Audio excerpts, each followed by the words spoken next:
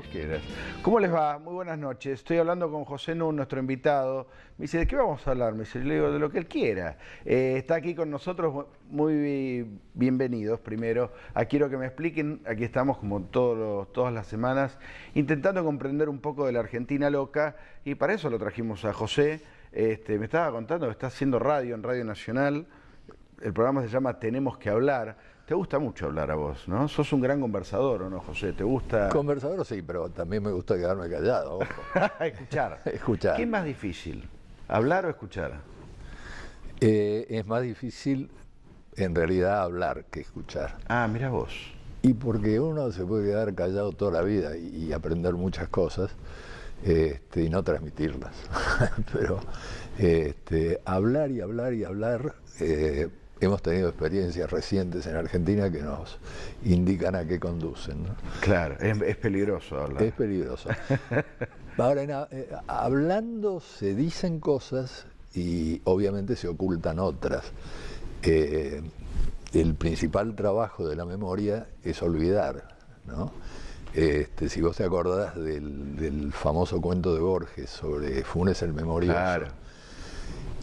La clave del cuento está en que este gaucho que se cayó del caballo en Uruguay, se pegó un golpe, a partir de lo cual recordaba todo. Hasta el movimiento de las nubes, era una cosa tremenda. Claro. Pero esa no es la clave del cuento. No. La clave del cuento es una frase de Borges en que dice: el problema es que no podía pensar. Claro. Porque si no separás, si no seleccionás, si no olvidás, no podés pensar. Él sabía que después del 1 venía el 2, pero no sabía por qué. Exactamente. Muy pero impresionante. esto de qué marcás y qué olvidás en política es clave. Todo el mundo está hablando en este momento de la enorme presión fiscal que existe en Argentina. Claro. Y es efectivamente la presión fiscal probablemente más alta del mundo. Va de la mano con el hecho de que Argentina es uno de los 5 mayores evasores impositivos en el mundo. Entonces, cuando se habla de presión impositiva, y todo el mundo está de acuerdo, Sí. entre otras cosas porque, por ejemplo, con la quiebra de la coparticipación federal, las provincias han metido impuesto a los ingresos brutos muy altos, impuestos inmobiliarios urbanos, no sobre tierras, también altos. Bueno, hay impuestos aberrantes como impuestos al cheque. Todo eso se entiende y yo estoy de acuerdo que hay que bajar la presión fiscal. Pero nadie dice una palabra acerca de que en 1976, con la terrible dictadura militar, Martínez de Hoz se dio el lujo de reformar el sistema impositivo y es la única reforma que yo conozco que hizo pasar a un sistema impositivo de ser progresivo a ser regresivo. Entonces tenemos un sistema impositivo regresivo. ¿Cuántos de los males de la Argentina empezaron ahí, no? Pero muchísimos. Y un sistema fiscal regresivo favorece a los ricos. Claro. Y lo que hay que entender es que el problema de la Argentina no son los pobres, todo el mundo está de acuerdo. Eso es buenísimo. En decir Eso los es pobres, los buenísimo. pobres. Eso, el problema son los Hace ricos. poco me lo crucé a José en Radio Mitre y me acuerdo de eso que me dijiste. El problema no son los pobres, el problema son los ricos. Claro, y yo te hago un amable desafío, que trates de ver cuánto se habla en los medios de pobreza y cuánto se habla de desigualdad social. Todo el mundo habla de la pobreza. Nadie habla de desigualdad. Nadie habla de desigualdad. Y bueno, entonces la gente rica está muy tranquila. Parafraseando algo que decía en su momento el Mahatma Gandhi, tenemos recursos para satisfacer las necesidades de todos los argentinos. Sin duda. Pero no la voracidad de algunos. ¿Qué cosas te preocupan de este tiempo histórico?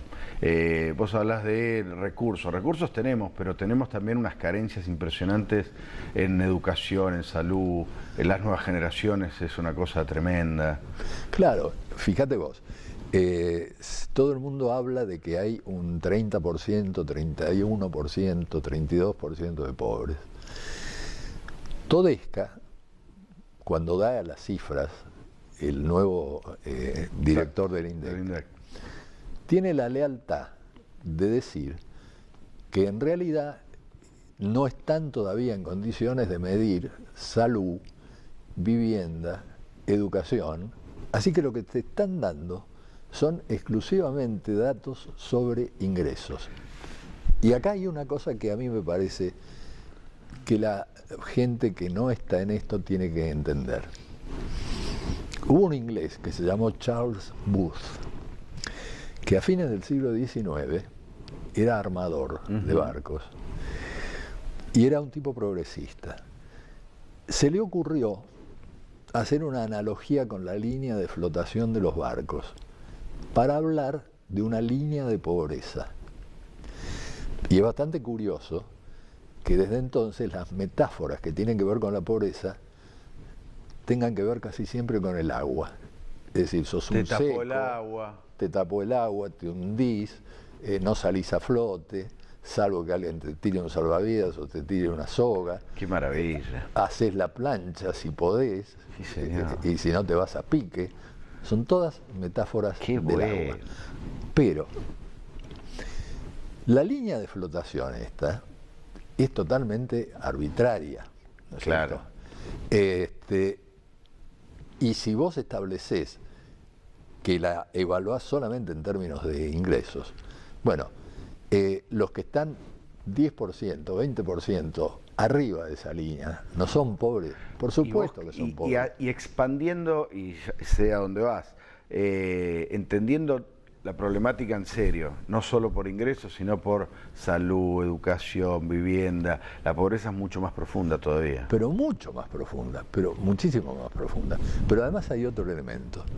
En Europa la pobreza no se mide así, porque esto es lo que se llama pobreza absoluta, ¿no es cierto?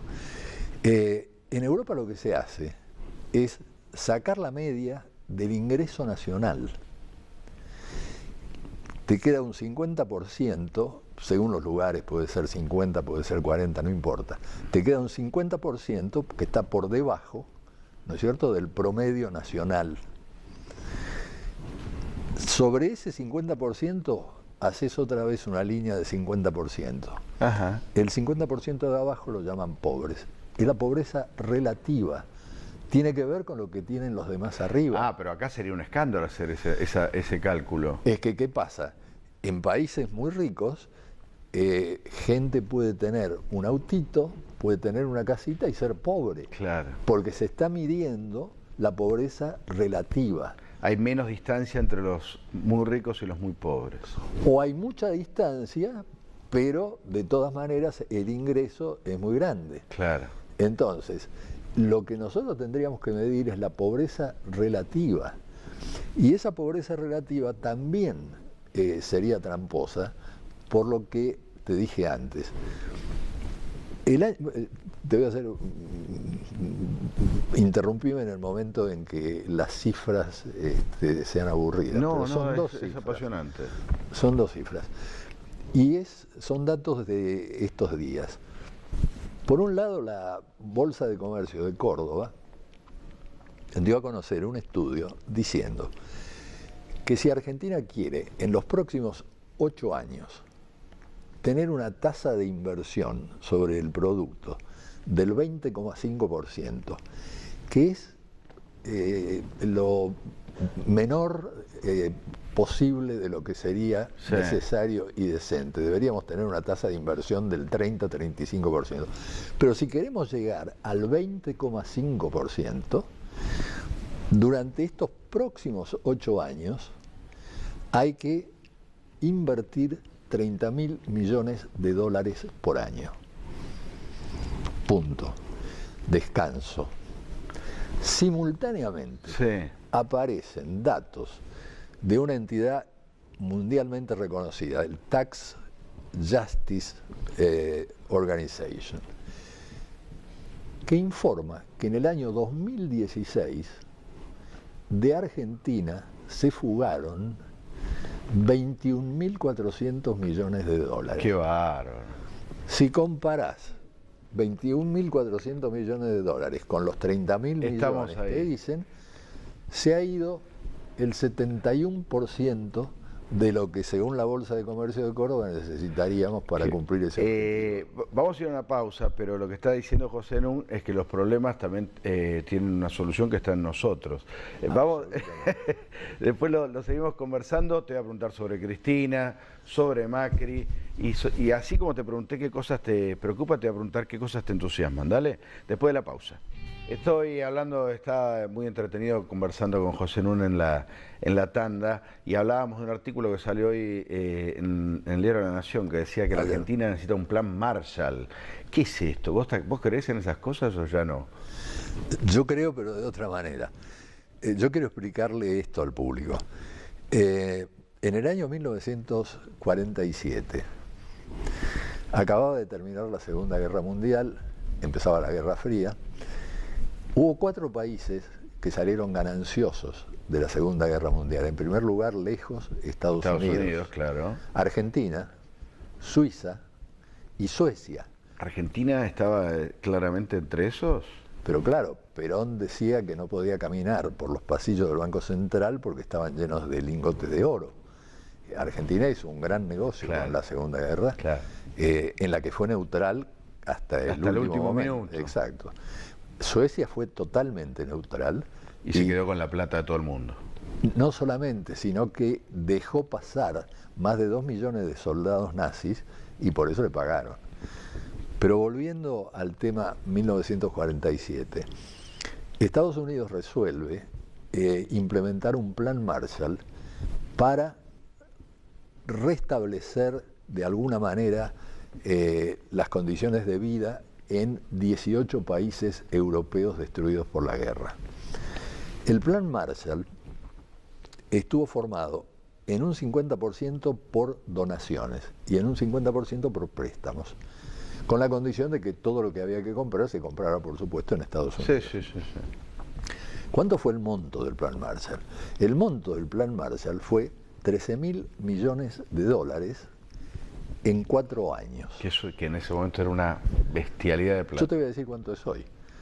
Calculado, actualizados, en el 2016, esos 13.000 millones de dólares son 130.000 millones de dólares. Otra vez, de acuerdo a las fuentes más confiables que existen, en las últimas 3 décadas y media se fueron de Argentina 400.000 millones de dólares. Si tomás la calculadora, se fueron de la Argentina más de 3 planes Marshall completos. Es decir, la Argentina se mantuvo de pie después de haber sacado del país. ¿Cómo hacer para que los argentinos volvamos a creer en la Argentina entonces? Es muy difícil porque, fíjate, el blanqueo de capitales que se hizo, ¿no es cierto? De paso hay algo que nadie dice. Como la ley esta de blanqueo y de reparación histórica de los jubilados era una ley ómnibus de más de 100 artículos, había un articulito que no entendía nadie y nadie se fijaba en él, porque decía algo así como se suprime el inciso tal del artículo tal de la ley cual. Nada más, no hay más explicaciones. ¿Y qué era? Era el pago de impuestos sobre dividendos de las acciones. Ahora se habla mucho de la renta financiera. Se suprimió de un plumazo. Pero a lo que yo quería ir respondiendo a tu pregunta. El plan Marshall, dijimos, eran 130.000 millones de dólares. Con el blanqueo entraron unos 120.000 millones de dólares. Es decir, que recuperamos uno de los tres. Uno de los tres y más que hemos mandado afuera.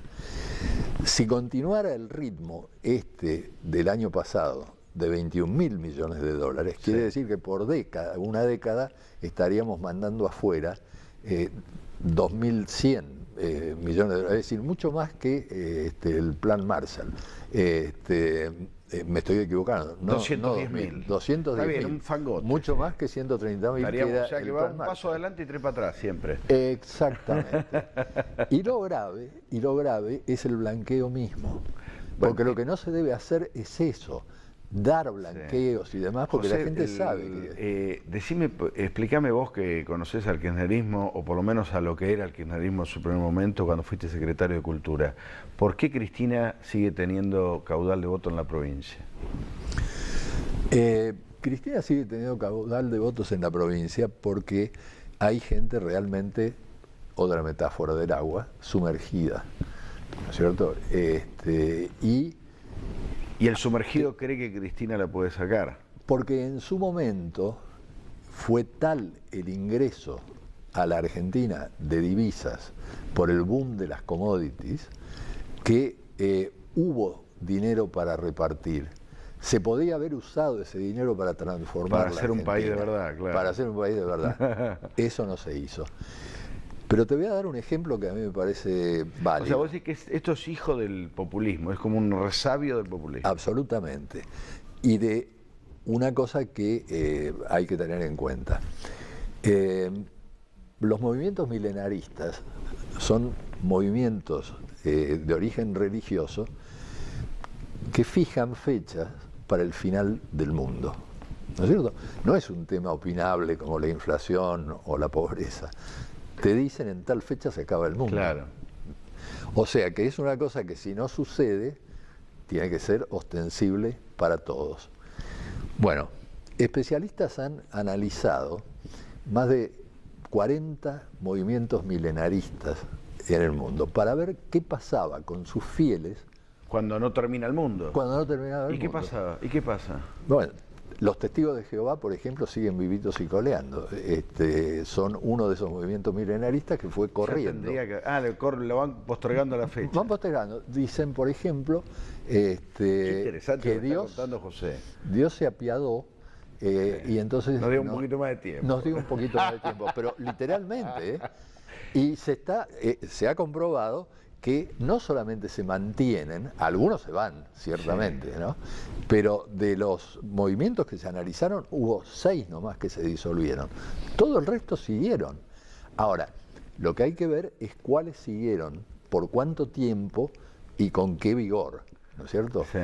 Y de esos hubo la mitad que a los 7, 8, 10, 20 años terminaron. Yo creo que ese es el destino de Cristina. A la larga se va a terminar. Se termina. Ahora está diciendo lo mismo, cambiando la voz, cambiando el discurso, cambiando el tono. Ahora viene de buena. Les voy a dar otra oportunidad de ser yo la que maneje la Argentina. En general ¿cómo te llevas con este gobierno? ¿Sos optimista? ¿Más optimista que pesimista? ¿O más pesimista que optimista? Es difícil decirlo y sobre todo en un periodo electoral, ¿no? Yo creo que este gobierno tiene buenas intenciones, pero desde una perspectiva que yo no comparto. En otras palabras, que este es un gobierno que no se plantea redistribuir el ingreso, que no se plantea bajar la desigualdad social, que no se plantea medidas que en realidad un conservador progresista tiene que plantearse. Yo quiero señalar algo porque se hace una ecuación de que la derecha genera pobres. Bueno, no es cierto. No voy a defender a la derecha, sino explicar por qué no es cierto. Hubo un líder muy potente en Europa en la segunda mitad del siglo XIX que se llamó Otto von Bismarck. Sí. Era el cabeza de los Junkers, que eran los grandes terratenientes, feroces terratenientes prusianos. Es el unificador de Alemania. Reprimió a sangre y fuego al socialismo, mató socialistas, los eliminó de la escena, pero al mismo tiempo dictó la legislación social más progresista de su tiempo. Mirá vos. Otto von Bismarck es considerado un precursor del estado de bienestar de la segunda posguerra. Claro. Ahora, el estado de bienestar de la segunda posguerra, año 1940, caían 4.000 bombas por noche sobre Londres. Primer ministro conservador, Winston Churchill. Churchill lo manda a llamar a Lord Beveridge, que era un liberal progresista, especialista en políticas sociales. Y entonces le dice, prepáreme un plan para cuando termine la guerra, para la reconstrucción de Inglaterra. 1942, Beveridge le trae lo que se va a conocer como el Plan Beveridge. Este Plan Beveridge es la base del estado de bienestar. En inglés, bienestar es welfare. Se llamó así por oposición a warfare, que es estado de guerra, ¿no? Pero lo que pasa es que cuando termina la guerra, el ministro de Trabajo laborista de Churchill lo desplaza a Churchill. Me refiero a Clement Attlee. Nosotros ya nos tenemos que ir, me dicen, pero bueno, váyanse, yo me quedo hablando con José. Y entonces Churchill se desesperaba porque Attlee pone en funcionamiento el Plan Beveridge y se genera el estado de bienestar. Y Churchill decía, pero lo inventé yo, lo hice yo. Bueno, se lo robó la